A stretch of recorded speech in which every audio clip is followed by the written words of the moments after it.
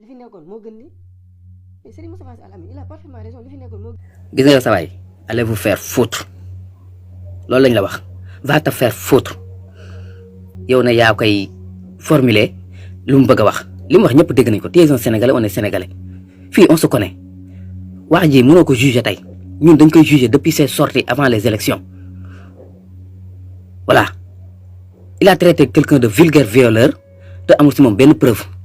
comment moom nan ngeen bëgg a accepter muy tenir des charabia des conneries après ngeen ne nit ñi duñ ko tontu il est qui kenn da la force nga gëm ko yaa moom sa gëm-gëm gëm ko on s'en fout ñun ki ñu gëm tamit si politique laa la wax mais am nañ droit gëm ko mais il n'a qu'à taper poto ngeen bëgg ñoo amee naan lii la wax li mu wax ñëpp dégg nañ ko nga bëgg ne naan ay benn route la wax fële xam nga c'est archi faux c'est des mensonges ay fen la li mu wax leer na ce gars là il n'a qu'à arrêter bu fekkee ngeen ko bëgg boo xamante ni egg na seen xol ku ko touché ngeen génn da ngeen koy wax muy arrêter muy maandu day wax si waxam bu waxee si ay waxam kenn du ko tudd il a dit que way nañu bàyyi yow dégg naa la nga ne waaw nañu bàyyi ki muy waxal mu tontu ko du sa beneen vidéo bi loolu nga wax kon kay xam nga ne am na ko muy waxal sa beneen vidéo da nga ne nañu bàyyi ki muy waxal mu tontu ko du loolu nga wax tey nga ñëwaat ne waxalu ñu kooku du ko tontu amul temps parce que ce gars là ce Moustapha Sy Amine là c'est un haineux ay bêtises rek lay wax ay conneries rek lay wax nit koo xamante ne si nee nga kilifa nga sutura sax amoo ko amul sax sutura sa li ngay jot ak say mbokk si penc mi ngay taxaw di ko wax après avec ça ngeen bëgg ñu respecté ko mais allez vous faire foutre lañ leen di wax la un monsieur boo xamante ni saa bu génnee ay conneries rek lay wax ay tojaange rek lay wax ah ti génn alors yow tu devrais te poser la question comment un kilifa diine bëgg a taxaw si penc bi taxaw naan moom dafa am déception mais alxuraan jàngalewul loolu xanaa xamoo ni 6e point bi nga xamante ne moo nekk si charte ngëm yàlla boo fa demee dafa lay wax ne jullit bi day gëm ndogal mu neex ko ak mu naqari waxal sa sëriñ mu gëm ndogal il n'a qu'à arrêter du tous wala nangam mu leen di dajale si benn base di xeex son combat de crypto personnel di régler say compte ngeen toog naan ngeen koy défendre s'il attaque les gens on l'attaque gënuñu judd gënuñu ndey gënuñu bàyyi c'est il arrête ngeen taxaw naan da ngay défendre naan way lii la wax wala lii il a parlé des conneries la wax il est haineux buy génn di wax sa nga xam ne kanam gi kii nga xamante ni kanam gi kii du nit ku bëgg jàmm kii du nitu jàmm amul sutura amul yar amul teggin xam-xam day ànd ak teggin et c'est ça votre problème ce gars est un mais on sat waaye booy bu ñu yab waaye booy dem nga défendre ko nga dem nga ne ko na arrêté de génn di def ay génn sortie mi ces conneries de régler ces comptes là mu arrêté ko su amee déception il n'a qu'à taper poto lañ la wax ni nga naan ni ay nangam ak nangam waaye va te faire foutre waaye. Sénégal fii koo mën a doon soo waxee dinañ la tontu képp ku wax sa wax sànni ko ci penc mi man de su ma ci jotee dinaa la tontu xam nga la moo tax réew mi nday kenn moomu ko bàyyi kenn moomu ko koo yaakaar ne moom réew mi daa judd fekk fi réew mi te day dem bàyyi fi réew mi koo yaakaar ne moom réew mi daa judd fekk fi réew mi te day dem bàyyi fi réew mi kon nañu respecté ñun ñi nga xamante ne si ne ñoo nekk ci réew mi boo amee foo féetale sa bopp du ma wax sax bu la yàlla mayee boo amee foo féetale sa bopp ba yaakaar ne yaa supérieur nit ñi wala yaa leen gën yaa ngi nax sa bopp ay pexe mën na laa may waaye ay pexe tamit aussi mën na laa xañ ni mu lay xañee lenn la comme dañ doon defi pexe ba ki fi nekkoon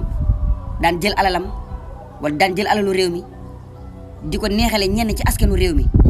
ngir yaakaar ne ñoo ëpp baat bu ñu waxee nit ñi déglu leen tax ñu leen daan neexale alalu réew mi buñ génnee di jaay sénégalais yi loo xamante ni si ne amul loolu dafa supprimé wu Seydina Ousmane Sonko da ko fee dindi Ousmane Sonko dañoo wan ne am na ñuy taxaw devant le public di leen gëm loo xam ne gëmuñu ko ngir benn intérêt personnel Ousmane Sonko dañoo wan ne am na ñuy taxaw di génne seen image di génne seen i kàddu di leen wax loo xamante ni si ne gëmuñu ko lan moo ko waral milliards yu ñu leen di jox wala millions yu ñu leen di jox ngir sacrifier ñi nga xamante ni si ne am nañ gëm-gëm ne boo waxee kat ñu dégg la mais ñun xam nga fan lañ tollee pour l'instant jëf ñu gis suñu bët mooy tax ñu gëm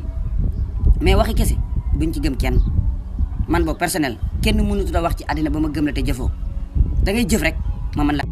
benn bërëb boo xamante ni kenn xamul amul benn considération ci réew mi. vraiment vous parlez des choses tellement débiles yow bërëb boobu ngay wax kenn xamu ko yow kan moo la xam yow kan moo la xam yow vous parlez des choses yoo xamante ni si kenn xamul yéenay kan yow kenn xamu la xamuñu bërëb bi mais yow xamuñu la pourquoi kon yow bu bërëb bi noppee yow da nga war a noppi kon. parce que yéen ñaar yem kon kenn xamul leen ni mu daf di wax noonu nga daf di wax téléphone la yor di wax nga yor téléphone di wax ma yor téléphone di wax sa sëriñ bii yor micro moom it di tali di wax. beneen question bi mooy dégg naa la nga wax ci benn wax nga ne moom waxul ak ñun Ousmane Sonko lay waxal nañ bàyyi Ousmane Sonko mu tontu ko foofu damay ñëwaat si yow lu tax yow nga koy tontul moom yow doo bàyyi moom ñun li ñu koy wax moom mu tontul boppam mooy li ma la wax sa waay ñun gënoo ñoo dégg wolof ay sénégalais ne comme yow ñaari point noonu ñetteel bi mooy da nga ne ki muy waxal na ko tontu sa waay yow nit nga ki muy waxal nu mu koy tontoo ki muy waxal ñun falluñu ko pour muy génn di tontoog des personnes yoo xamante ne si day raté nit ñoo xamante ne si dañoo échec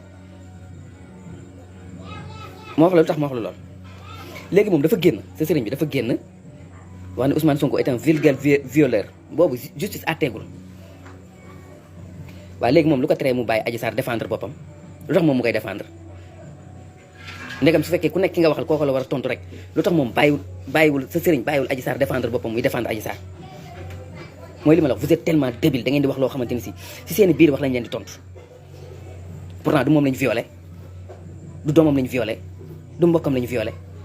lu tax mënul woon noppi bàyyi kon moom kële mu défendre boppam avant justice di wax moom génn ubbi làmminam wax yu xamadi yoo xamante waxi réewande waxi ñàkk teggin yoo xamante ni kenn xamul waxi la ba pare nga bëgg a taxaw fi naan ngay défendre sa monsieur la allez vous faire foutre yow. mooy ku nekk wax xalaatam mais respecté xalaatu keneen saa nga def attaque personnelle sëñ bi nee na yéen mënoo leen gan ñu mën gan a nga mar ak toog ma laaj baykat yi ba xam est-ce que ñoo ko wax baykat yi ne ah ñu mën gan de biñ fiy ñoo ngi doon jaayee biñ fiy nekk kilo gerte ñoo ngi ko doon jaayee 275 ñi mënul gan biñ ñëwee yokk nañ kilo gerte ba 325 ah ñooñu ñu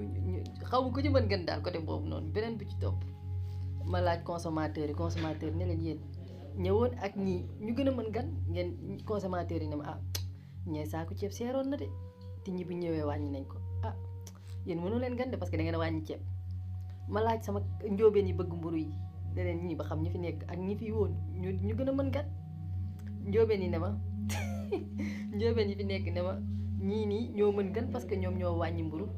di ko jaayee kilo 150 boobu ñee bëgg mburu mais bu loolu lépp dajaloowee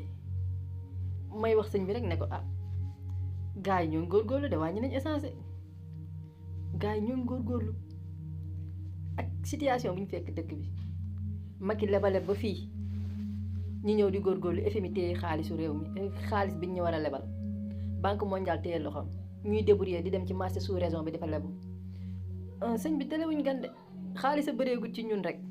waaye tamit nag wax dëgg fa yàlla mën gan du tax ñu jël dépense kër gi di ko neexalee kenn.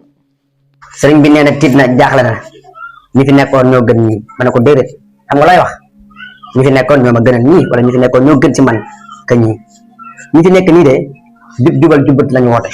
transparent bi ñëpp bokk ñëpp jot delloo alal réew mi si réew mi séddale ko mànd ñi fi nekkoon démb nag gis nañu doon doxalee ak sëriñ si ay malat lañ leen dugal